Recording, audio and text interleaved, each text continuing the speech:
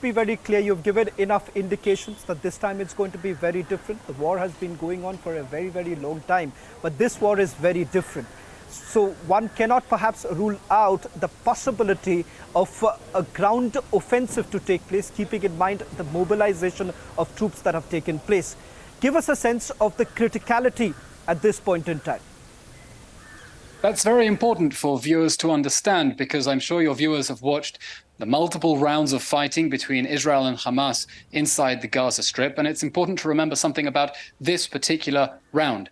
It's not a round of fighting. This is a war. This is a war that Hamas waged on Israel, that it launched on Israel with an act of war, with a war crime. The October 7th massacre, when they butchered 1,300 people, injured nearly 4,000 people, took nearly 200 people hostages inside the Gaza Strip. That was a war crime. Israel was dragged into it, and Israel is going to defend itself now. This is an operation in which Israel has decided we can no longer exist with a terrorist organization like Hamas, with its ISIS-style atrocities on our borders so close to our home front.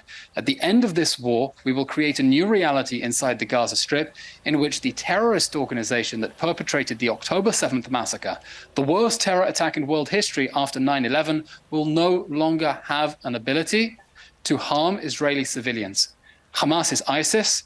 Hamas is worse than ISIS, and Israel intends to destroy Hamas just as the world destroyed ISIS, and the whole world enjoys so much more security for the way that the whole international community came together in order to destroy the terrorist death machine of ISIS in Syria and Iraq. And Israel is going to do exactly the same with Hamas, because we deserve exactly the same security that the rest of the world has from having defeated the awful, awful atrocities of the Islamic State ISIS group. Mr. Levy, what is also very important, perhaps very little thought has been given by various media organizations, is also about the condition of the hostages that have been taken by the Hamas, which includes not just Israelis, but also foreign nationals.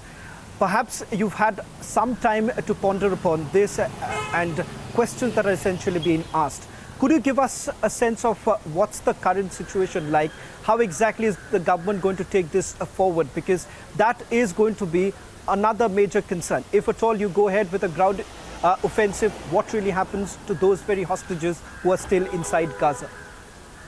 First of all, I'm glad that you're shining a spotlight on the plight of the Israeli hostages inside the Gaza Strip and reminding the world that Hamas attacked not only Israelis, but foreign nationals. In fact, Hamas attacked, killed, abducted, injured nationals of 42 states around the world. That is why we say that this was a crime against humanity. This was an attack on humanity, and that Israel's response to Hamas, destroying Hamas, is in defense of humanity.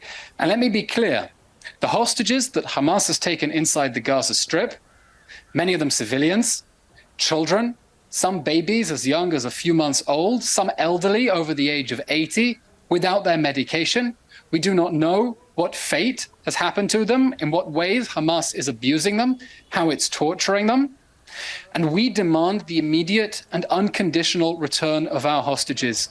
These 199 Israeli hostages inside the Gaza Strip are our children, our brothers, our sisters, our parents, our grandparents, brutally abducted from their beds by death squads who murdered everyone in sight and took them back into the Gaza Strip as human booty. We demand their immediate return, and Israel will do whatever it can to make sure that our people return as soon as possible to the loving embrace of their families.